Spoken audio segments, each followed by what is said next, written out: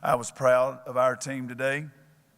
We just, since we left Little Rock, we've had our minds focused on playing the very best we can play. And we want to be energetic, and we want to play with a lot of effort and a lot of intensity. And I thought the players did a fantastic job today. So it's always good when you win an NCAA tournament game and you live to fight another day. And real proud of the team's effort, and just so happy we were here in Lexington. Great crowd, and we appreciate everybody coming out and watching us play, and we'll need another big crowd Sunday afternoon. We'll open it up for questions for our student athletes.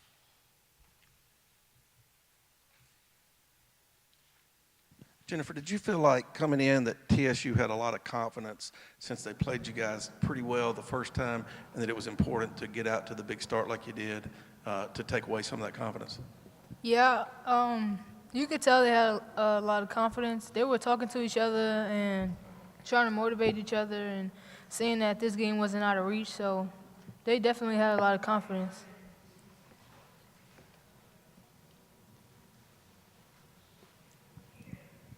So Jennifer, how is the ankle? How did it feel? When did you know for sure you would play? And was there really any chance you wouldn't play? My ankle was fine. It is fine. It's going to be fine. I'm going to make sure I take care of it. And, you know, we have a great staff here that's doing their job around the clock. But I'm not concerned about it at all.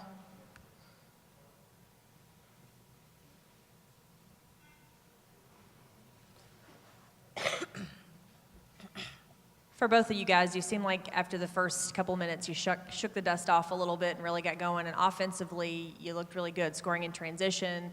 Can you just talk a little bit about how that felt for you guys out there on the floor getting going offensively? Yeah, I mean, our coaches did a great job preparing us for this game and for this tournament. We went back, looked at film, and really studied and took our losses. We watched what we could have done better, and we really executed tonight by getting in transition and by running the floor and doing the things, getting back to Kentucky basketball.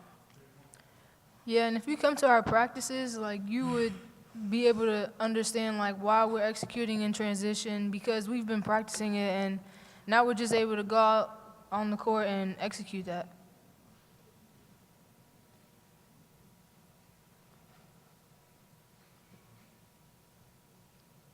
Any other questions for our student athletes?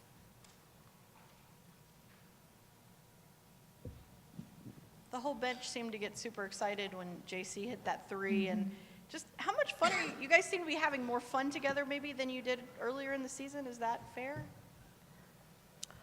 I mean, JC is very important to us and a very big key to our game. And, you know, when she goes out there and puts up 10 points, you know, we always really get excited. But, you know, it's not just her. Jen goes out there and have a big night. Michaela Epps go out there and have a big night. We just want to stay energetic and show that we can, we're so team-oriented. Yeah, I think a lot of us are just happy to see JC get in. That the fact that we were able to play at such a high level and make such a big gap that she would be able to play was just something we were looking forward to.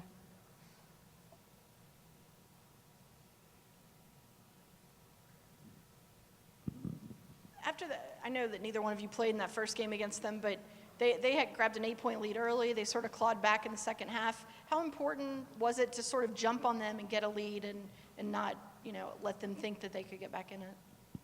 It was very important. Coach did a good job stressing at the beginning of the game that, you know, our energy and our hustle is going to dictate this game, and I think that we came out with great energy and great hustle and got out to a big lead and kept it for a while. So. And that was something that was written on the board, just to out-hustle your opponent.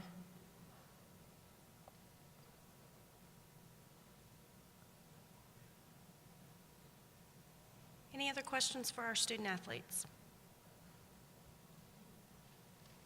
All right, then ladies, you can be dismissed.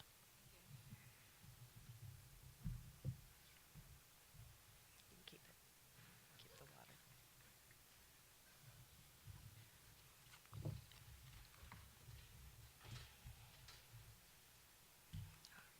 All right, and we will open it up with questions for Coach Mitchell. Coach, Larry Joe talked about the biggest difference was defense in this game and the last game. What did you do differently defensively this game? Well, I would say a big difference in the game was we had the two people that you just heard from, Jennifer and Bria, and we didn't have either one of them the last time. And then also, hopefully, our players have improved over the span of time between the two games, and I thought that we got some great energy from Lene Harper early in the game on defense, and I thought Alyssa Rice really hustled on defense. And so, some of our younger players that maybe didn't perform as well the last time performed better. And, we had a chance to kind of focus on us and really think about what we needed to do, and had some good preparation time. And I think the first game helped us because we were able to just show them visible proof. If you didn't hustle against Tennessee State, they could really do some great things against you. And they did in the first half. We had a 3 or 4 minute span there where we didn't hustle as much as Tennessee State did, and they closed around a 30-point lead right back down to 20. It was very, very quick. We had to play harder than them to have success today, and I thought that was the biggest difference between the two games.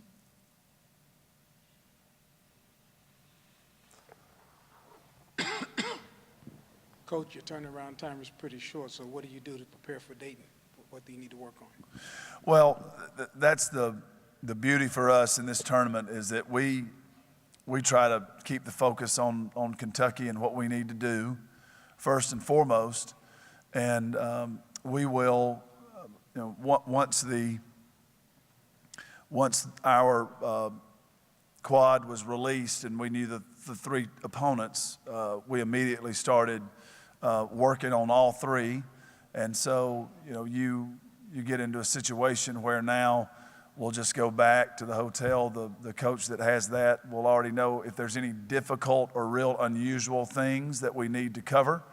But that's really all you'll do now, is you'll look at what you don't have time to cover every single thing that they do. So you better be really focused on what you do real well. And we've been able to do that over the years, and we'll stress that to this particular team. We just need to do the things that we do well and try to find a way to win the game by 1 point and keep advancing. That's the mentality right now. No distractions for them, for our players. Just make sure they're focused so their minds can understand their responsibility in the game and then go out and execute. That's our mantra right now. So that's what we'll try to do for Dayton. And they're a very good team, a very good team. We've scrimmaged them over the last few years, and they have some great players. We played them in the NCAA tournament a couple years ago. A lot of those same players are back. And so it's a great program, great team, and we'll have to play well to win. So we'll just try to get our players in a mindset to do that.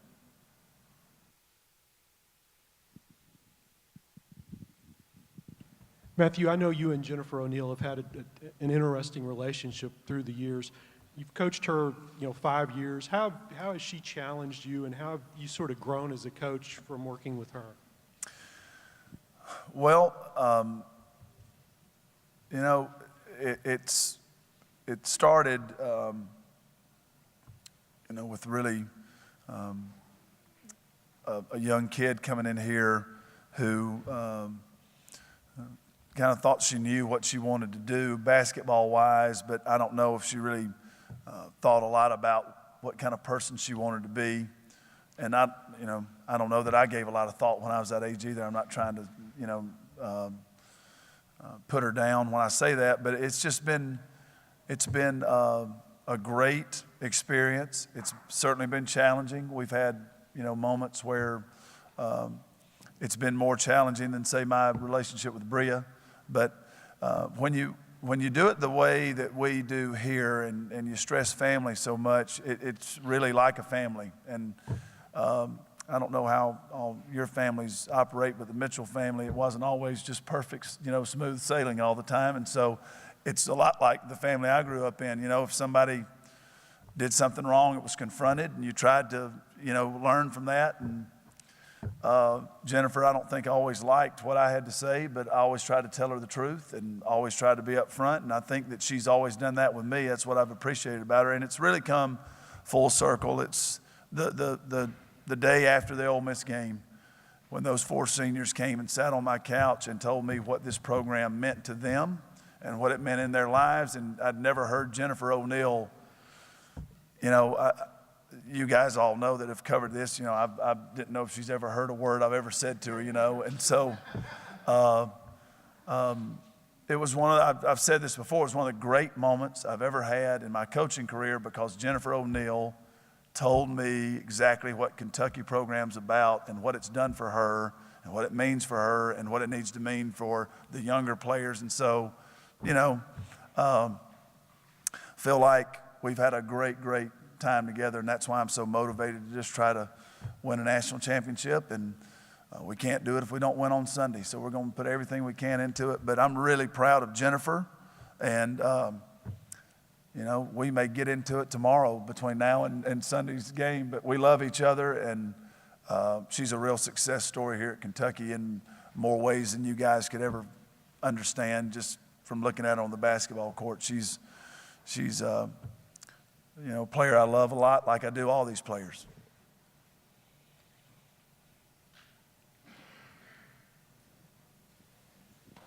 Coach, 26 turnovers for Tennessee State, 18 steals. Can you just talk about your defense and how that really turned into some offense for you guys? Yeah, we need that right now. We need to create some offense from our defense, and Tennessee State's so great at driving the basketball, and sometimes, you know, our rotations aren't the best, and we still struggle with defensive positioning. So what we're trying to get the team to do now is play really hard, and if you give up or if you make a mistake on defense, just get it in quickly and try to run it back at them and make up for the mistake with a really fast pace on offense, and it was critical. We needed to turn them over. We needed to turn offense to defense, and it was important.